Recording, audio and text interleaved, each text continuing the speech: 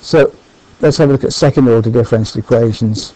We're going to look at what they are, what they're used for, and what process we go through to solve them. The good news is that these are much easier to solve than first order differential equations we're looking at. So because they're second order doesn't make them harder. We end up using a technique that involves solving a quadratic equation that we can do easily to help us solve it. So it's not going up in complexity, it's just a different technique. Just a reminder that what we mean by the second order differential, we talked about this before. If I plotted a graph, and this will appear in the notes so you don't need to write this down, of displacement against time here, displacement against time, I get something like this. And so if at some point I wanted to find out what the gradient of this curve was, that would tell me what the speed was, ds by dt, or this other convention for differential s prime gives us speed, doesn't it? If I differentiate a speed time graph, I get the velocity or the speed. If I then differentiated a speed time graph here, I'd get the acceleration. The gradient would give me the acceleration, and this is something we've talked about a few times. So effectively, I'm finding the second differential. I'm differentiating again. Note the notation, d2s by dt squared. That doesn't mean d squared times s over d times t squared. It's a notation, the second differential. This is a much easier notation, look, just 2 primes to mean the second differential. So if I found the second differential of a distance time formula, I'd have the acceleration. So that's the idea of a second differential. If I've got an equation to solve that's got a second differential in it, I'm solving a second order differential equation. On your notes you'll see an example of one, so let's have a look at it. This is a model that it's a nice one to look at because it's sort of analogous to a spring suspension system in a car. If you look at it, you've got a spring oscillating this way. So this could be the wheel of the car here on the ground, and it's moving up and down, and we've got the spring just to take away the bumps, but also it's damped, so it's inside some sort of fluid, isn't it, to damp it down. So if we look at it, we can think of all the forces involved. We've got the weight of the mass here, which is given by forces mass times acceleration. But if we think of it in terms of a displacement x, so our displacement x is in this direction, this is x, either up or down. From the previous slide, we were saying that the acceleration is the second differential of a displacement time graph. So looking back to here, acceleration was the second differential, d2s by dt squared. So instead of writing acceleration, I can write the second differential of x, where x is what we're labelling our displacement to be. And we also have another force acting on this mass, which is due to the spring, trying to act in this direction.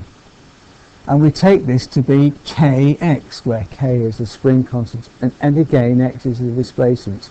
So the more I displace it in this direction, the greater the force will be. Agreed?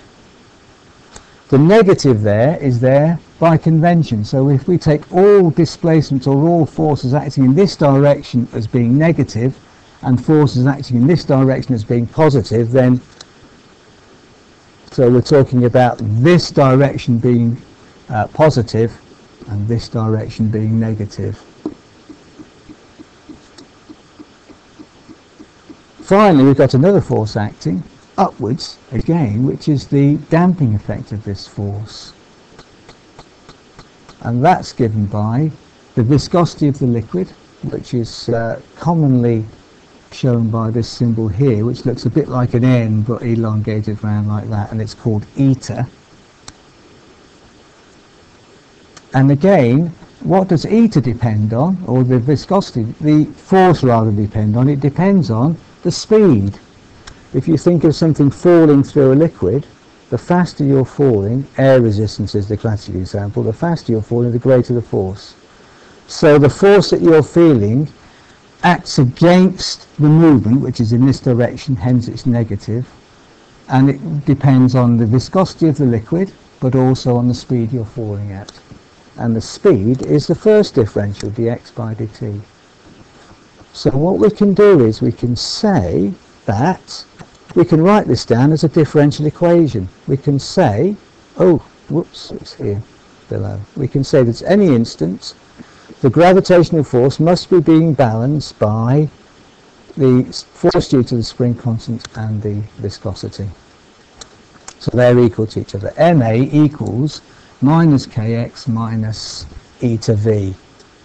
But A is d2x by dt squared and v is dx by dt. So I can write the whole thing in terms of x. And I've got a differential equation. A second order differential equation, because it's got a second differential in it. And so rearranging, getting everything on the left hand side, we can write down this second order differential equation. We've got three terms involving x, one term involving a second differential, hence it's a second order, and the right hand side is 0. And that makes it what's called a homogeneous ordinary differential equation. So it's homogeneous, and we're going to focus on this in this unit entirely on homogeneous differential equations.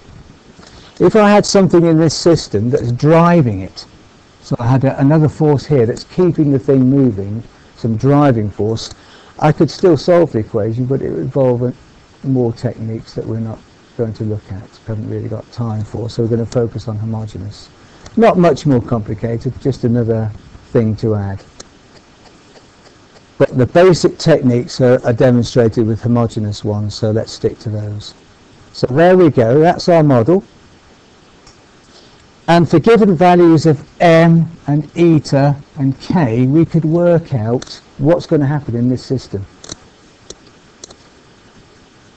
For given values for m and theta, eta and k, that's the solution. So if you solve this differential equation, this, and we're going to go through the methods for how we do it, we'd end up with a solution, and there it would be. And if we look at it, we can see that it's of the form of a omega t plus alpha, a sine omega t plus alpha. And so we've got some sort of sine wave with an angular velocity, so I know what the frequency of this oscillation is going to be. I know what the phase is going to be. It's not going to start at 0, it's starting at some point here which is not 0. And I also know that the amplitude is dying away as a decaying exponential function, so the amplitude is going to die away to 0. So it looks as though actually for this particular case it dies away to 0 pretty quickly. Yeah. What I want to do then is look at these techniques, and then we'll come back and have a look at this sort of example and see this type of solution. Call that